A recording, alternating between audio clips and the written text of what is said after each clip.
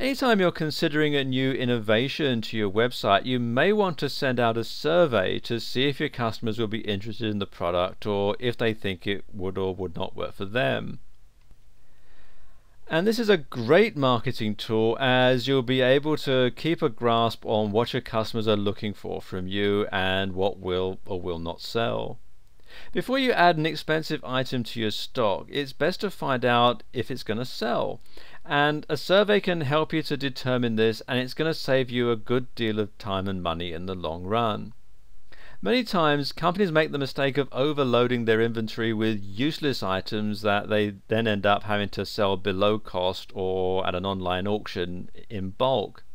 Either way, they lose money that is greatly needed by the company. Surveys are a great way to follow trends in the market.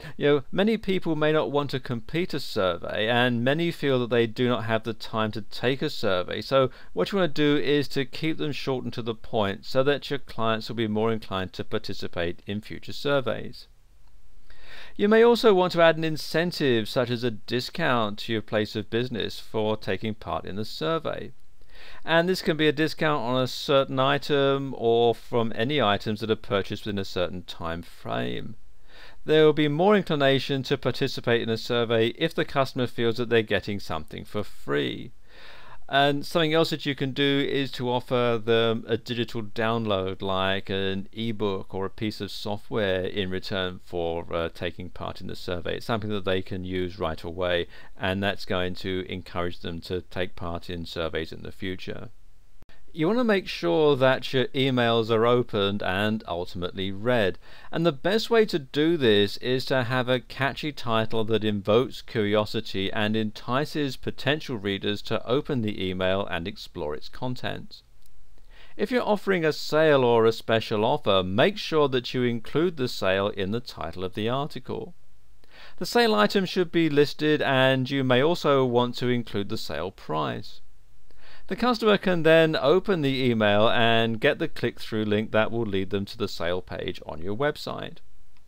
If you're sending out newsletters as well as sales emails as part of your email marketing strategy, you should make sure that each type of email is distinctive according to the email type. And this will let your customers see the exact type of email that they're receiving without having to open the email first. They may be waiting for your new newsletter, and they'll get frustrated when they get a sales email instead. You should also make any special event email titles unique as well in order to grab your customers' attention. You should always include your customers' first names in emails. When you're setting up your email list for your customers, you may want to give them a customer number, and that's fine for your own records, but when you're sending out your emails, a number can be quite impersonal. So make sure that your customers know that they're important to your company by using their first names in every email that you send them. This may seem like a waste of time to many who are sending out thousands of emails at a time, but this personal touch can mean the difference between getting a customer to take advantage of a sale or having the email instantly deleted. And a lot of people are going to appreciate the personal touch and feel like they're getting an email that's dedicated to them alone. Now, as I said earlier, the title can mean the difference between your customer opening the email or not, and by using their first name in the title, many people will open the email feeling it's like, it's from a friend instead of a company that's trying to sell something to them. Customer service is a huge part of any company, and this is also a form of email marketing. When you receive an email query from a customer, you should make sure that you answer this query in a timely manner. You should never take more than 24 hours to answer a query that's emailed to you. If your customers feel like they're not getting a quick enough response, they may take their business somewhere else. Maintaining good customer relations by answering emails in a timely manner will help you build trust with your customers. As we discussed earlier, trust with your customers is paramount to any email marketing strategy. A satisfactory answer in a timely manner will show your customers that you care about them and want them to remain customers. They'll also be more inclined to purchase from you again if you offer a great customer service in return.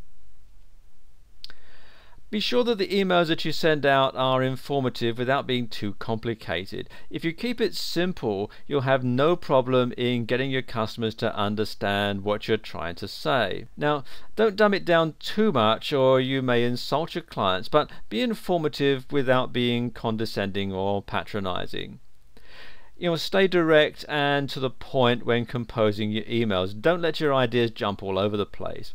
Stay focused on one topic at a time or one sale item at a time. If you jump around when you're writing your emails, your clients may become confused and not get the gist of what you're trying to say. And this may keep them from missing out on a great deal or from the offer that you have for them. And the point of email marketing is to get your product sold and your website visited. And when your customers can easily follow your suggestions, then they'll be more inclined to purchase the product that you're offering.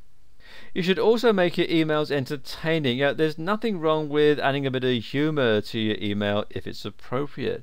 Many people enjoy a chuckle and they'll open your emails for no other reason than they get a good laugh.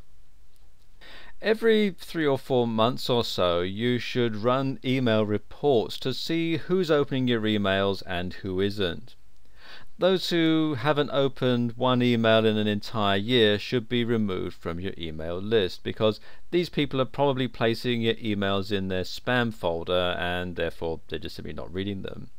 And removing them from your list will ensure that you're not wasting money by simply sending emails to someone's spam folder. And doing this, you'll also be able to make sure that your database has customers who want to keep receiving your emails and who are actually reading them as well.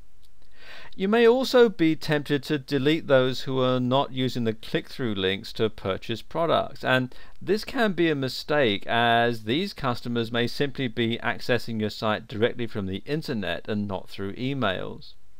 They may be active and they're simply reading the emails and then taking advantage of the offers at a later date.